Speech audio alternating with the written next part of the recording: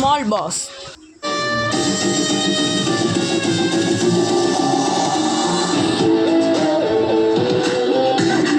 Small boss. இது துளிர் வழங்கும் ஸ்மால் பாஸ் சீசன் 1. போன வாரம் பிரம்மாண்ட தொடக்க விழா நடந்துச்சு ஸ்மால் பாஸ்க்காக. இந்த வாரம் அதுக்கு ஃபர்ஸ்ட் பிரம்மாண்ட தொடக்க விழா வந்து கமெண்ட் வந்து பண்ண முடியல. ஓகேவா, ஒரு சில இன்ஜூரியஸ் சில்லி பிரச்சனைனால கமெண்ட் வந்து பண்ண முடியல.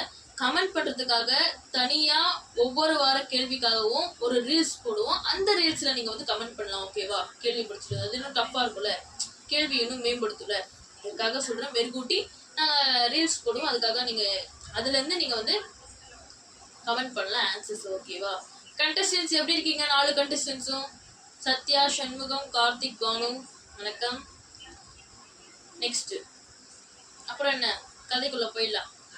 ஓகேவா, அப்புறம் சொல்ல மாதிரி கிராண்ட் லான்ச் அப்போ வந்து ஃபுல் எபிசோடு இன்னும் வந்து போடல. கிராண்ட் லான்ச்சு ஃபுல் எபிசோட் வந்து போட முடியல. ஆஃபாக தான் போடுறோம். இன்னும் ஆஃப் வந்து நாங்கள் இன்னும் ஒரு 3 பார்ட்ஸ் இருக்குன்னு நினைக்கிறேன் கிராண்ட் லான்ச்சுக்கு.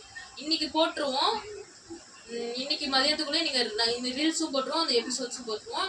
நீங்கள் வந்து பதில் சொல்லணும். ஓகேவா, அதேமாரி இந்த வாரமும் இன்னைக்கு நாங்கள் வந்து போட்டுருவோம். இந்த வாரத்துக்கும் போட்டுருவோம், போன கிராண்ட் லான்ச்சும் போட்டுருவோம். அதே மாதிரி ரீல்ஸையும் போட்டுருவோம். 2 ரீல்ஸ் போட்டுருவோம். இந்த வாரத்துக்கு ஒன்று, போன வாரத்துக்கு ஒன்று. அதுக்கு பதில் சொல்லி ஆகணும். ஓகேவா, நீங்கள் ஒரு சிறு இடைவேளைக்கு பிறகு நான் உங்களை மீண்டும் சுத்திக்கிறேன். Small pass. துளிர் வழங்கும் ஸ்மால் பாஸ் சிறிய இடைவேளைக்கு பிறகு மீண்டும் தொடரும்.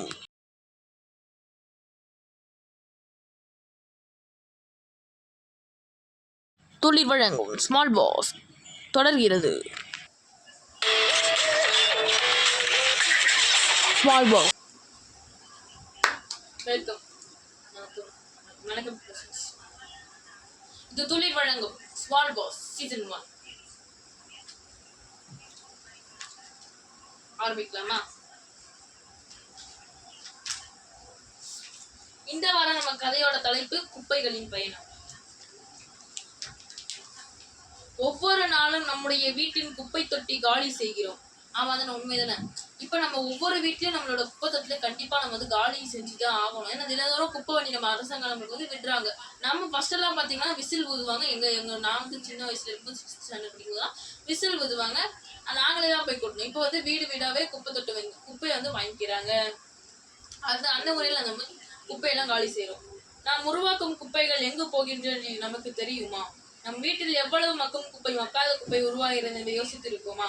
அதாவது நம்ம வீட்டுல எவ்வளவு குப்பை இருக்கு, அது எங்க போகுதுன்னு தெரியுமா? அது என்னென்ன குப்பைன்னு தெரியுமா? எக்ஸாம்பிளுக்கு மக்கும் குப்பை, மக்காத குப்பை, ட்ரை வேஸ்ட். ஓகேவா, அது எங்க போகுதுன்னு தெரியுமான்னு கேட்டிருக்காங்க. அது ஒரு வாட்டி கூட நம்ம செஞ்சது இல்லை. ஓகே தானே? அப்படிதானே?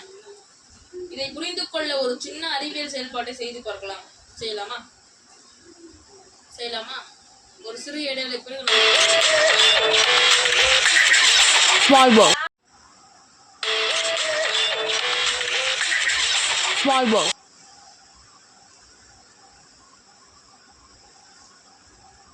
இது துளிர் வழங்கும் ஸ்மால் பாஸ் சீசன் 1. ஓகே, கதையை ஆரம்பிக்கலாம். ஃபர்ஸ்ட் அறிவியல் செயல்பாட்டுக்கு பேப்பர்ஸ் தனியா, வேஸ்டேஜ் தனியா, பிளாஸ்டிக் கவர் தனியா. இந்த பிளாஸ்டிக் கவர் நம்ம மனுஷங்களே 60-70 வருஷத்துல நம்ம இதுக்குள்ள போனா மண்ணோட மண்ணா போயிடுவாங்க, பூமிக்குள்ள போனா. ஆனா இந்த பிளாஸ்டிக் 700-800 வருஷம் ஆனாலும் இந்த பிளாஸ்டிக் அப்படியே தான் இருக்கும். அழியறதுக்கு ரொம்ப நாளாகும். அப்ப இந்த பிளாஸ்டிக் இல்லாத உலகமே இல்லை. அப்புறம் இந்த பிளாஸ்டிக் நம்ம தவிர்க்கணும். கரெக்டா? இதனால எவ்வளவு கேன்சர்ஸ் வருது, எவ்வளவு பிரச்சனை வருதுன்னு நம்மளுக்கு தெரியல இன்னும். ஓகேவா, இது வந்து பேப்பர்ஸ். ஓகேவா, இது வந்து wastages, fruit wastages and egg and vegetable wastages. இந்த வேஸ்டேஜஸ்லாம் நம்மளுக்கு எங்க போகும்னு பார்த்தீங்கன்னா, எல்லாமே ஒரே ஒரு இடத்துல போய் நல்லா மலை மாரி குவிச்சு வச்சிருவாங்க. ஓகேவா, மலை மாரி எடுத்துட்டு போங்க. மலை மாரி குவிச்சு வச்சிருவாங்க. ஓகேவா, இப்போ நம்ம கதைக்குள்ள போயிடலாம். அது அப்படியே வெயிட் பண்ணுங்க.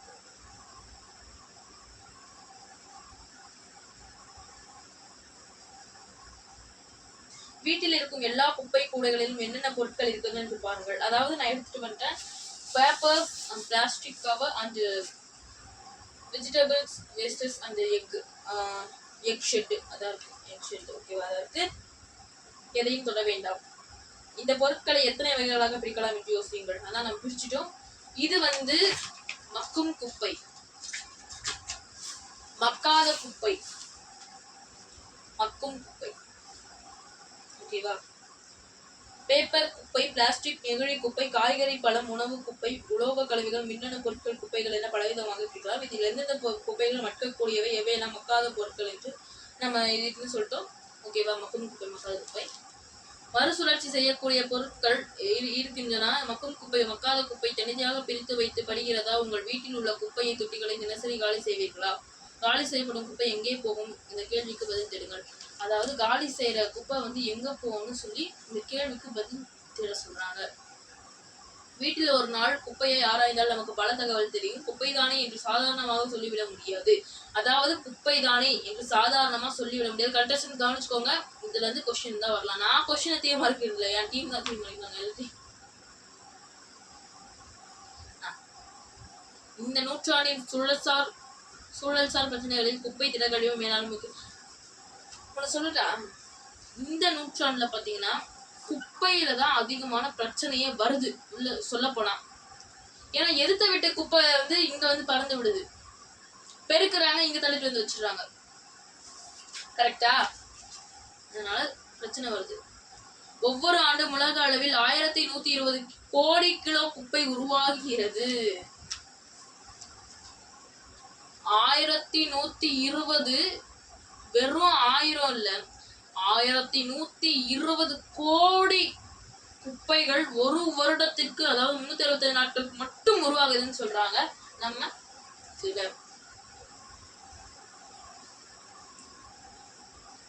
என்று ஐக்கிய நாடுகள் சபை சொல்கிறது. இதில் அத்தனையும் சரியான முறையில் மேலாண்மை செய்யப்படுவதில்லை. அதாவது 1120 கோடி கிலோ குப்பை வந்து சரியான மேலாண்மை செய்யறதுன்னு சொல்றாங்க. நாம் எளிதில் யூகித்து விடலாம். இன்று பல்வேறு நகரங்களில் திடக்கழிவு மேலாண்மை தான் ஒரு முக்கிய பிரச்சனையாக இருக்கிறது. தொடர்ந்து இதற்கான தீர்வுகள் விவாதிக்கப்படுகின்றன. திடக்கழிவு குப்பை மேலாண்மை தான். அதாவது குப்பை வந்து நம்ம நாட்டுல வந்து இந்தியாவிலே குப்பை தான் வந்து பூமியில நம்ம மனுஷங்க இருக்குன்னா அந்த குப்பை இருக்கதான் செய்யும். ஏன்னா நம்மளே ஒரு குப்பைன்னு தான் சொல்லணும். இந்த சொல்ல போனா ஷோ விட்டு நான் எங்கேயும் போக கூடாதுன்னு நினைக்கிறேன். அதான் இந்த பிரச்சனை. சேகரிப்பு இடம் மாற்றுதலும் திடக்கழிவு மேலாண்மையில் பல அடுக்குகளில் வரலாம். குப்பைகள் சரியான முறையில் சேகரிப்பதை மேலாண்மை முதல் படி. அதுவே சிக்கல் தான் இருக்கிறது. ஒரு உதாரணத்தை பார்க்கலாம். இந்தியாவில் உருவாகும் திடக்கழிவு 70% சேகரிக்கப்படுவதாக ஒரு ஆய்வு சொல்கிறது. இந்தியாவில் உருவாகும் திடக்கழிவுகள் 70% மட்டும் சேகரிக்கணும். 30% 100% படிக்கலாம். வந்து பின்னாடி அப்படி பார்த்தால் மீதம் இருக்கும் 30% சேர்க்கப்படாமலே போய்விடுகிறது என்றுதானே அர்த்தம். கரெக்டா நான் கேட்ட வேண்டிய இருந்துச்சா? சேகரிக்கப்படாத குப்பை மேலாண்மை செய்யவும் முடியாது. அதனால் ஏற்படும் சூழல் உடல்நல பிரச்சனைகளை தடுக்க முடியாது. மக்கள் வசிக்கும் எல்லா இடங்களிலும் குப்பை சேகரிக்கும் அமைப்புகள் இருப்பதில்லை என்பது இன்னொரு பிரச்சனை. அதாவது என்னதான் நம்ம வீடு தண்டி வந்தாலும் சில கண்ணுக்கு தெரியாத சிட்டிஸ்ல எல்லாம் நகரங்களில் ஏரியாஸ்லாம் குப்பை தொட்டியும் உள்ள குப்பை வரவங்களும் இல்லை. இந்தியாவில் திடக்கழிவு மேலாண்மை ஒதுக்கப்படும் மொத்த நிலையில் ஆண்கள் 3 பங்கு, அதாவது 3/4 குப்பை சேகரிப்புக்கு அதை கிடங்குக்கு எடுத்து செல்வதற்குமே பயன்படுகிறது என்கிறார் ஆராய்ச்சியாளர் ஈஸ்வர் அஷ்வலவாயா. ஈஸ்வர் அஷ்வலாயா என்ன சொல்றாங்கன்னா 3/4 குப்பை தான் இந்த உலகத்திலே எல்லாத்துலயுமே சேமிக்கப்படும். மீது 30 இப்ப 70% 3/4 மீதி 30% வந்து கிடையாதுன்னு சொல்றாங்க. தரம் பிரித்தலும் மறுசுழற்சியும். குப்பைகளை சேகரிக்கும் இடத்திலேயே தரம் பிரிப்பது நல்லது. ஆமால, மக்கும் குப்பை மக்காத குப்பை நம்ம போடுறோம். மக்கும் குப்பை மக்காத குப்பை including me, including contestants, including மக்கள், இன்க்ளூடிங் மை டீம். இங்க மட்டும் என் டீம். அவங்க வீட்டுல என்னென்ன பிரச்சனை இருக்கு நம்மளுக்கு தெரியுமா? அவங்க அப்படி போறாங்க நம்மளுக்கு தெரியுமா? 3 மணி நேரம் தான் இங்க இருக்க போறோம் நாங்க இந்த செட்டுக்குள்ள. அப்புறம் எல்லாம் அவங்க வீட்டுக்கு போக போறாங்க. எப்படி போட போறாங்க அவங்க வீட்டுல குப்பை நமக்கு தெரியாது. ஓகே, மறுசுழற்சியை பொறுத்தவரை நாம் இன்னும் நிறைய செய்ய வேண்டியிருக்கு. இந்தியாவில் 19.35% திடக்கழிவுகள் மட்டுமே சரியான முறையில் அதான் நான் சொல்றேனே, 100க்கு கால்வாசி கூட கம்மியா நம்ம திடக்கழிவு வந்து சேகரிக்கப்படுது. இந்த படத்தை பாருங்க. ஆனா இந்த மாதிரி குப்பை இடத்தில் வேலை செய்யறவங்க வந்து ரொம்பவே கஷ்டப்படுவாங்க சத்தியமா. மீதி இருக்கும் 80% குப்பைகளை மறுசுழற்சி செய்ய முடியாதவை என்று நாம் நினைத்து விடக்கூடாது. சில குப்பைகள் மறுசுழற்சிக்கு ஏற்றவாக இருந்தாலும் அவற்றை பிரிப்பது கடினம் என்று சொல்றாங்க. அப்ப அவங்களுக்கும் கடினமாக இருக்கும் பிரிப்பதற்கு, அதனால சாதாரணமா விட்டுறாங்க. ஆனா அந்த குப்பையை வந்து நம்ம என்ன பண்ணணும்னா, இதுவே என்னன்னு பாத்தீங்கன்னா, ஸ்டார்டிங்ல இருந்து என்ன சொல்றாங்கன்னா, குப்பைனா நீங்க என்ன பண்ணணும்னா மக்கும் குப்பை மக்காத குப்பைன்னு பிரிச்சு கொடுங்க, அவங்களுக்கு ஈஸியா இருக்கும். அதே மாதிரி நம்ம இந்தியாவுக்கும் சில நோய்கள் வராம தடுக்கலாம்னு சொல்றாங்க. மறுசுழற்சி என்பது திடக்கழிவு மேலாண்மையில் ஒரு முக்கியமான அம்சம்.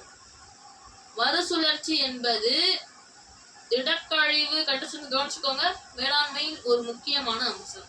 மறுசுழற்சி செய்வதால் பல சூழல் பிரச்சனைகளை தவிர்க்க முடியும். உதாரணமாக 1000 கிலோ குப்பை காகிதத்தை மறுசுழற்சி செய்தால் 17 மரங்களை 1000 கிலோ பேப்பர் காகிதங்களை மறுசுழற்சி செய்தால் 17 மரங்களை காப்பாற்றலாம். ஓகேவா அப்படின்னு சொல்றாங்க. இந்த காயத்தின் உருவாக கத்தில் செலவான தண்ணீரை பாதுகாப்பு செய்வது. இது இப்படி நடக்கும். 1000 கிலோ காகிதத்தை மறுசுழற்சி செய்து நாம் காகிதமாக மாற்றினால் அந்த புது காகிதத்தை உருவாக்குவதற்காக 17 மரங்கள் வெட்டப்படுவதை தடுக்கலாம். காகிதத்தை நேரடியாக உருவாக்குவதற்கு பதிலாக மறுசுழற்சி செய்தால் பாதி அளவு தண்ணீர் இருந்ததே போதும். ஆமா, ரீயூஸ், ரெடியூஸ், ரீசைக்கிள். இப்ப நான் இது ஒரு தோராயமான கணக்குத்தான். காகிதத்தின் தன்மையை பொறுத்து இங்க வந்து 3 R கொடுத்திருக்காங்க. ரீயூஸ், ரெடியூஸ், ரீசைக்கிள்னு கொடுத்திருக்காங்க. கவனிச்சுக்கோங்க. கணக்குத்தான். காகிதத்தின் தன்மையை பொறுத்து இந்த எண்ணிக்கை மாறலாம். ஆனாலும் 17 மரங்கள் பாதி அளவு தண்ணீர் என்பது கேட்க நன்றாக இருக்கிறது இல்லையா? 17 மரம் 1000 கிலோ குப்பைனா சரி, ஓகே. அவ்வளவு மரம் வெட்டப்படுறதுக்கு இது மறுசுழற்சி செஞ்சு 17 மரங்களை நம்ம காப்பாற்றலாம். ஓகேவா? அது சொல்றாங்க.